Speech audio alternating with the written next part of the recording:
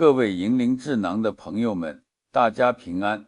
今儿这堂课，咱们得关上门窗，安静聊聊。为啥这么要紧？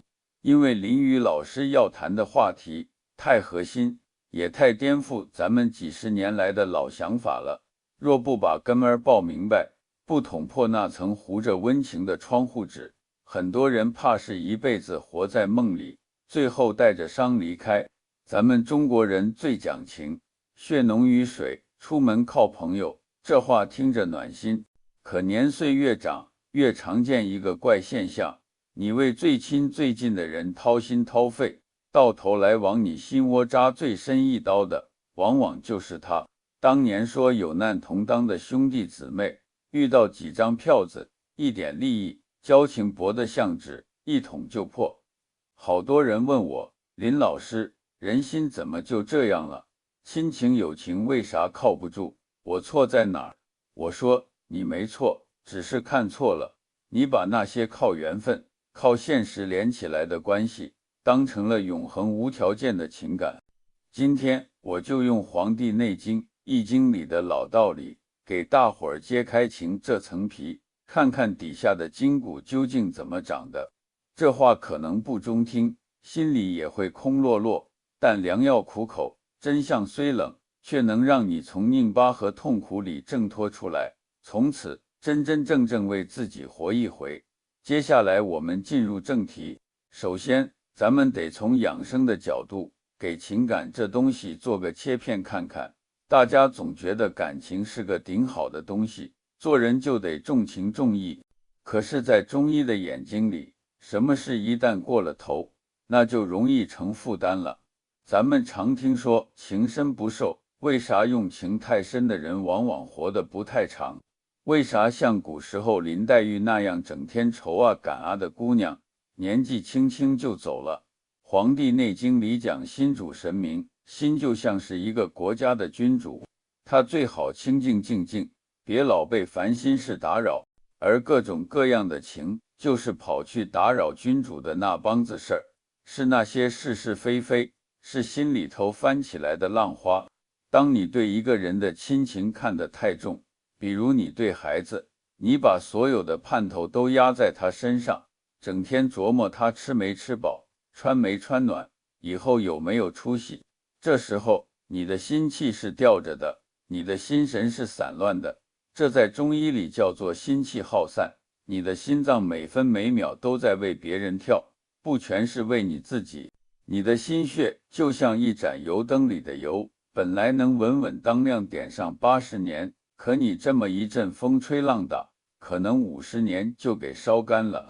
再比如友情，你太在乎一个朋友，总琢磨他对你的看法，变着法去维护那段关系。他要是做了一件让你不痛快的事，或者忽然冷落了你一下，你心里就跟针扎一样疼。这种疼在中医里跟气滞血瘀有关，你的肝气堵住了，气血循环也不那么顺畅了。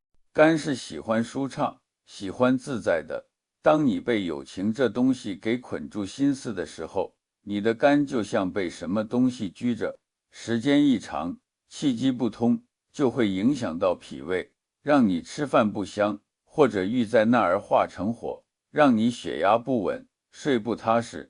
所以我常跟来找我聊天的人讲，这世上啊，压根就没有咱们想象中那种永远不变、毫无条件的亲情和友情，有的只是绵延不断的缘分交织和现实考量。你要是非把亲情友情当成实实在在、永恒不变的东西去抓着，你就会去执着，去死死握住。可你一抓，就容易违背了事物自然变化的规律。因为天道是流动的，是永远在变的。易经告诉咱们，唯变所是，这世上唯一不变的，就是一切都在变。咱们身上的细胞，每7年就全部更新一遍。你现在这个身子骨，跟7年前都不是同一个了。你的想法天天在变，你周围的环境也天天在变。你怎么能指望2个不停在变的人之间存在一种永远不变的感情呢？那不符合自然的道理。所以咱们要学的第一件事，就是看清楚，把贴在情感上面那些过于神圣的、虚幻的标签，轻轻地摘下来。摘下来之后，剩下的是啥？就俩字：缘分和现实的人性。接下来，咱们来看看第一个被咱们常常供起来的亲情。肯定有人一听我说世上没那种绝对的亲情，心里就得咯噔一下。林老师，你这不太对吧？我爹妈生我养我，我养我儿子闺女，这血脉相连，怎么能说没有呢？各位，先别急，我说的没有，不是说生养这个过程不存在，不是说那些付出不真实，而是说你脑子里想象出来的那种理所当然就该永远亲密无间、不会变化的联系是不存在的，它更像是一种美好的愿望。咱们先看看血缘。血缘是啥？从自然角度看，血缘就是血脉的延续。爹妈给了你生命，让你有了这个肉身，这是一种生物学上的连接，一种天然的因果。可是，这种天然连接，它不自动等于精神上一定能说到一块，更不等于灵魂上完全契合。大伙儿瞅瞅四周，有多少父子闹得跟仇人似的？有多少亲兄弟为了争点家产红了脸？有多少母女就算坐一块儿也是没话讲，客气得像个客人。要是血缘就等于那种理想中毫无瑕疵的亲情，这些事儿根本就不会发生，或者很少发生。那真相更接近啥呢？更接近亲人之间，很多时候是缘分的代名词。这缘分里有善有恶。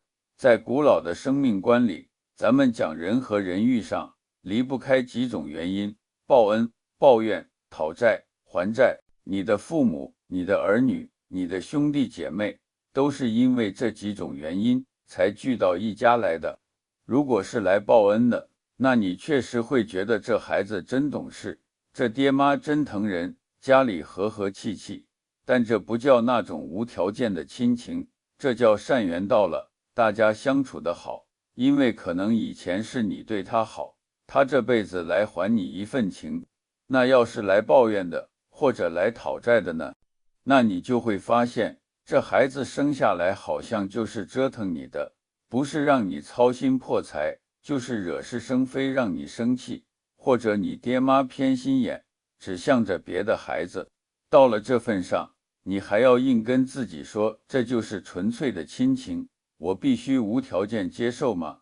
你那样是在为难自己，是在硬扛。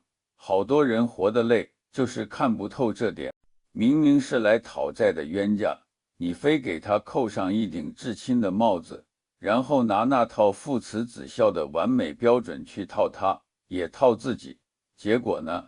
你越付出，他越觉得理所应当，索取起来没边没沿。你越想感化他，他越觉着你软柿子好捏，最后你的心凉透了，身体也扛不住了。所以林老师要告诉各位一个挺实在但又需要清醒认识的真相：亲人只是你这一辈子生命旅途上的同伴，或者是来给你出考题的人。他们是借着你的生命来到这个世界，或者你是借着他们来的。你们是一种同行一段路的关系，路走完了，缘分尽了，大家就该各自往前走了。庄子里说得好，相濡以沫，不如相忘于江湖。在一个快干了的小水洼里，你吐点唾沫给我润润，我吐点唾沫给你湿湿，都用这种难受的方式维持着，还不如各自回到大江大湖里，自由自在，互不打扰，这才是对彼此生命更大的尊重。你得明白，你的儿女，他们有他们自己的脑子，有他们自己的路要走，他们不属于你，他们属于他们自己，属于这个广阔的世界。你只是他们生命里的一个重要的同行者，一个摆渡人。当你能用这种同行者的心态去看待亲情的时候，你心里头那根绷紧的绳子唰一下就松了。你不会再因为孩子一时不听话就火冒三丈，因为你知道那是他成长中要经历的路。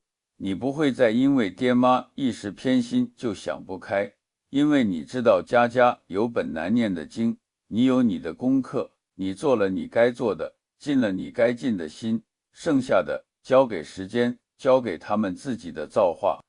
亲情聊完了，咱们再来看看的二个让咱们又爱又恨的友情。年轻那会儿，谁都喜欢交朋友，觉得朋友多了路好走。为了维持朋友关系，咱们喝酒应酬，搭进去大把时间、金钱和精力。可是等到岁数大了，或者等你遇到点难处了，再回头瞧瞧，当年酒桌上拍胸脯说有是你说话的兄弟，还有几个能立马站出来？当年形影不离，好的能穿一条裤子的姐妹，现在还经常联系吗？我敢说，不少曾经热络的人，早都散到各自的生活里去了。是他们变坏了吗？是你做人不行吗？大多数时候都不是。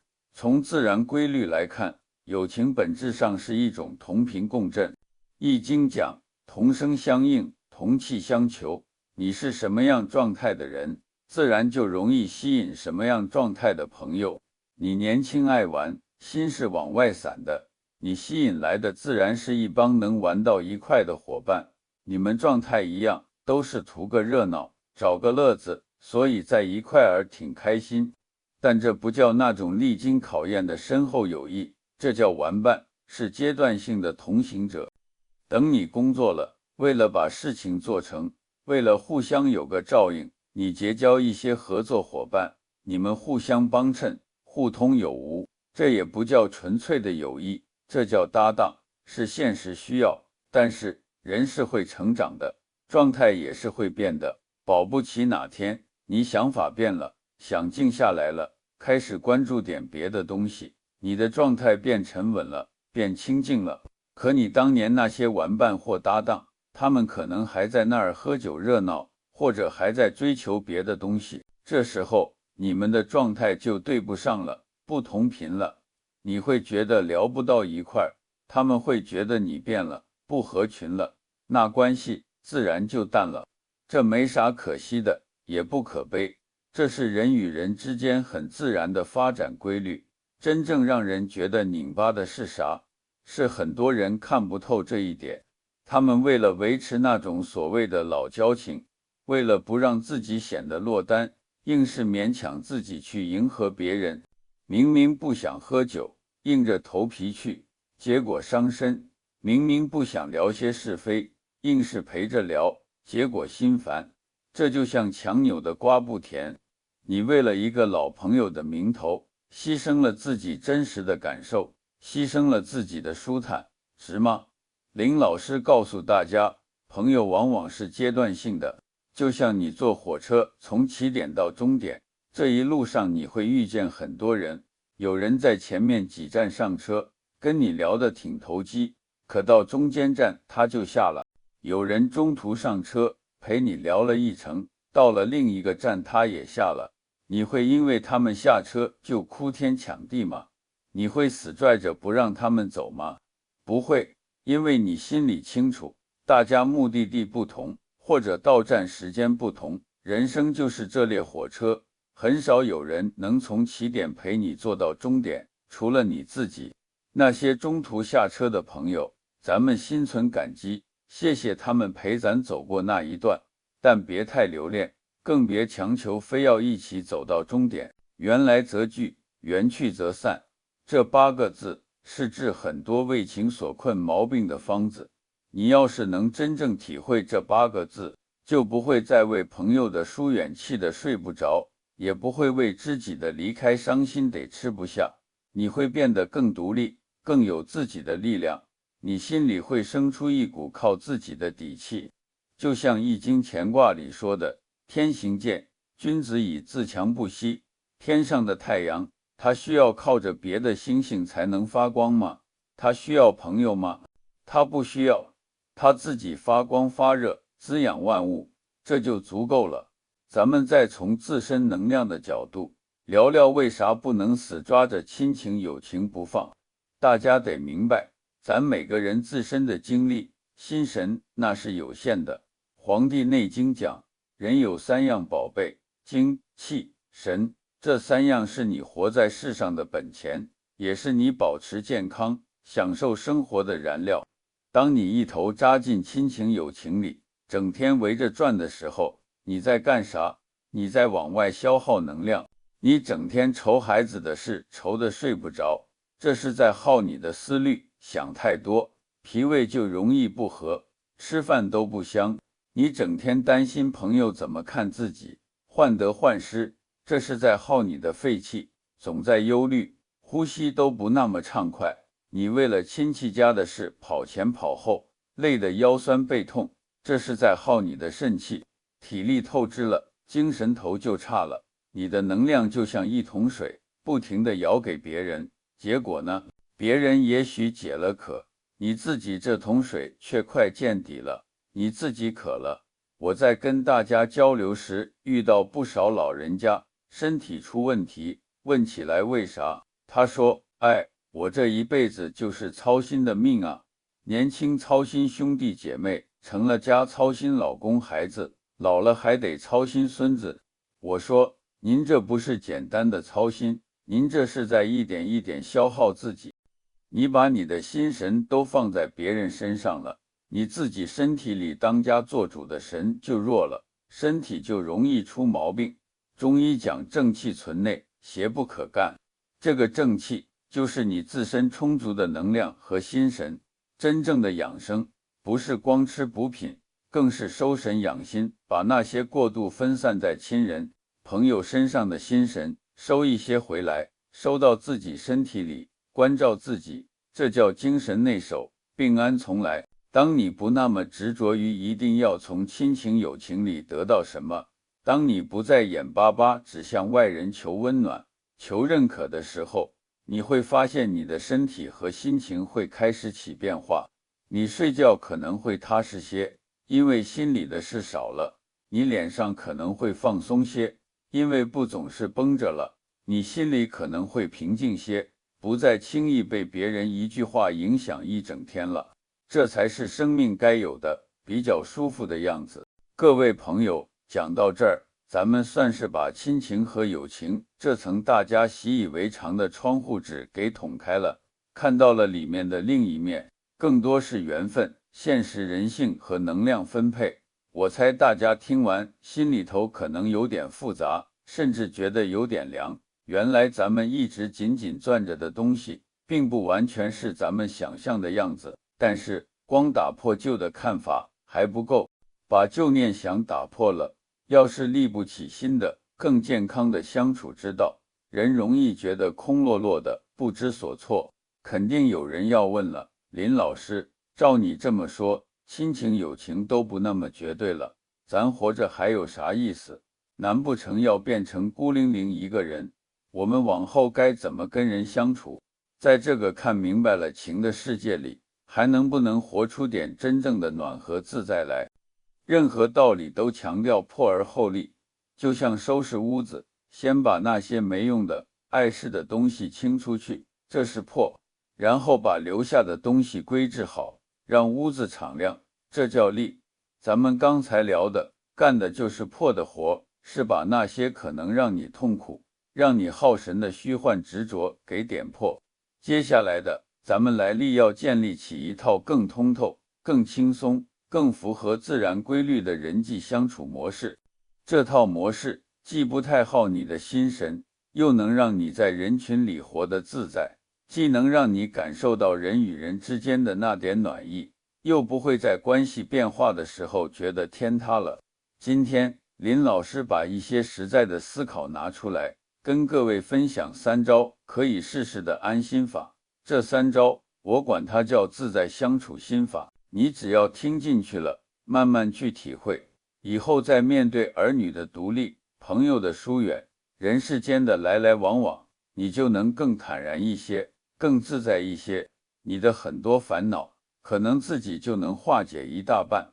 都把耳朵竖起来听好，这可是关乎咱晚年心情舒畅的法子，更是让你从一个总为关系所累的人，变成一个更能把握自己生活的人的钥匙。这第1招叫做借势修心。很多人因亲人态度而痛苦，根源在于把外面的事与自己的心绑得太紧。父母、儿女、伴侣都是陪你走过人生的重要角色，若你认为他们必须按你的剧本演出，一旦不如意，痛苦便随之而来，这等于将情绪遥控器交给了外界。真正的解法是学会将外面发生的事与自己内心的平静分开。戒外事修内心，中医智慧称之为神志内守，精神安住于内，保持稳定，不随外境起伏。举个生活实例，儿子说了令你不悦的话，若是从前，你可能觉得孩子必须顺我意，于是怒火中烧，彻夜难眠。学会戒事修心后，你可以这样想：孩子已长大，有自己的主见，这正好考验我的心胸与接纳力，我不能被他的情绪带跑。你会先观察情绪如何升起，深呼吸平复自己，再思考如何沟通。当你先安顿好自己，再处理事情，你就成长了。你借着这件不愉快的事，修成了冷静与情绪管理的能力。那个让你生气的孩子，其实是一面让你看见自己还需修炼的镜子。你不会对镜子生气，只会感谢它照出你需要调整的地方。有位长辈曾常因儿媳之事生闷气，后来身体发出警示，之后他转变心态，对我说：我现在把儿媳当作来助我练习心宽的老师，她越是做我不理解的事，我越提醒自己看开。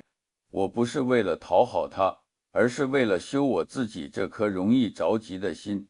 结果她心宽体健，睡眠好转，她不再紧盯，儿媳压力减轻，关系反而缓和。这就是戒事修心，不必强求别人改变，只需借助他人的行为，修自己一颗不易被打扰的平和之心。这第二招叫做守礼相处，亦可称相敬如宾。我们常对陌生人客气，对自家人却过于随意，因为觉得是亲人，便可随意发脾气，事事插手，毫无顾忌，这叫界限模糊。每一次对家人的过度随意，都在磨损彼此间的尊重感。这层感觉一旦淡去，埋怨与不耐烦便会滋生。最好的关系不是毫无距离，而是有礼有节。这个礼即是礼貌、尊重与界限。古人言君子之交淡如水，这淡不是冷淡，而是清爽明晰。保持适当距离，请试着将伴侣、成年的子女视为需要尊重与平等对待的家人，而非你的附属品。试想，你去尊敬的朋友家做客，会随意翻动物品，指责饭菜不佳，干涉对方作息，高声喧哗吗？不会，你会保持礼貌，道声谢谢，尊重对方的习惯。这正是让关系长久舒适的方式。要在心中画一条尊重线，家人回家吃饭，便和气用餐，愉快交谈，饭后各有安排，互不打扰，不过问隐私，不是事代劳。对老伴，尊重他作为独立个体的空间，允许他有自己的爱好与清静时光，如同彼此关怀又保持独立的室友，维持基本的尊重与体谅。当你们之间有了相互的尊重与空间，积极的变化便会悄然发生。老伴似乎更顺眼了，因为你不再只盯着他的缺点；孩子似乎更能处理自己的事了，因为你不再事事替他焦虑。距离带来了舒适感，这符合阴阳平衡之道。过于紧密则火旺易伤，保持适度独立与尊重，融入阴柔的包容，方能长久和睦。记住，孰更需守礼，越是亲近的人，越要尊重对方的界限。这条尊重的线，就是守护关系不破裂的护城河。守住了它，便守住了晚年的安宁与家庭的和谐。前面两招是教你怎么看待关系和与人相处，这第三招也是最根本、最滋养自己的一招，是教你怎么对待自己。这招叫学会独处。咱们为什么有时候特别需要亲情和友情？归根结底，是因为我们有时内心不够充实，能量不足，需要从别人那里获得陪伴、认可和热闹。这就像一个心里空落落的人，总想找人多的地方待着，找到人说话了就高兴点，找不到就觉得很孤单，没着没落的。但是靠别人终究不如靠自己，你要从一个总需要外人填满内心的人，变成一个自己内心就能产生能量的人。怎么变？通过学会高质量的独处。现在很多中老年人最怕的就是一个人待着，儿女不在身边，老伴先走了，朋友各有各忙，就觉得自己被晾着了，成天开着电视听个响，或者到处串门找人聊天。我告诉各位，能安然独处是老天爷给咱们的一个机会，一个认识自己的机会。只有当你一个人的时候，你的心神才能更好地回归自身。黄帝内经讲，恬淡虚无，真气从之。当你一个人待着，不再总琢磨儿女的烦心事，不再总纠结朋友的八卦，不再把精力都放在外面的人和事上时，你的真气，也就是你自身的生命能量，就会慢慢在你身体里滋养积聚。你得学会享受独处的时光，学会自己给自己找乐子。林老师建议大家每天尽量抽出一点时间进行高质量的独处，可以关掉手机，关掉电视，安静地待一会儿。你可以读本一直想读的书，跟书里的智者对话，听听历史上那些明白人是怎么想事情的。你可以写写字，画个画，把你的注意力集中到笔尖上，那种专注的感觉就是很好的休息。你可以打打太极拳，静静坐一会儿，感受身体的放松，感受呼吸的平稳。哪怕你啥也不干，就坐在窗前发发呆，晒晒太阳，听听外面的声音。这个过程就是在给你自己充电，在修复你那被日常琐事和人情往来消耗的心神。当你习惯了并享受独处，你会发现心里头会生出一种平静的喜悦。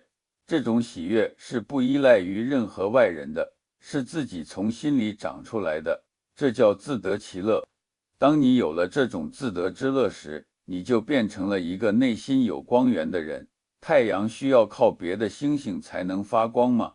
不需要，它自己就是光和热的源头。当你内心充实，你就不会再过度渴求亲情和友情的填补。反过来，你可能会成为温暖他人的那个人。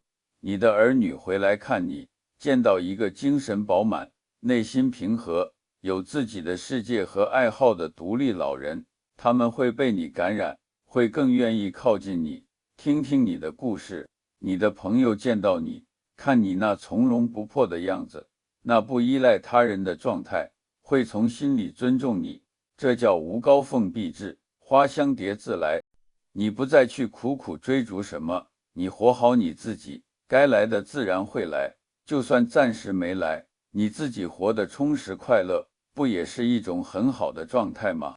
讲到这儿，咱们的3点分享，借势修心，守礼相处，学会独处，就都说完了。最后，林老师再点一步这么做的意义。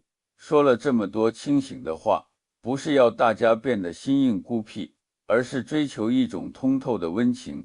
普通带着执念与控制的情是小情，容易纠缠痛苦。我们要修的是大情，是明白之后的善待。什么是明白之后的善待？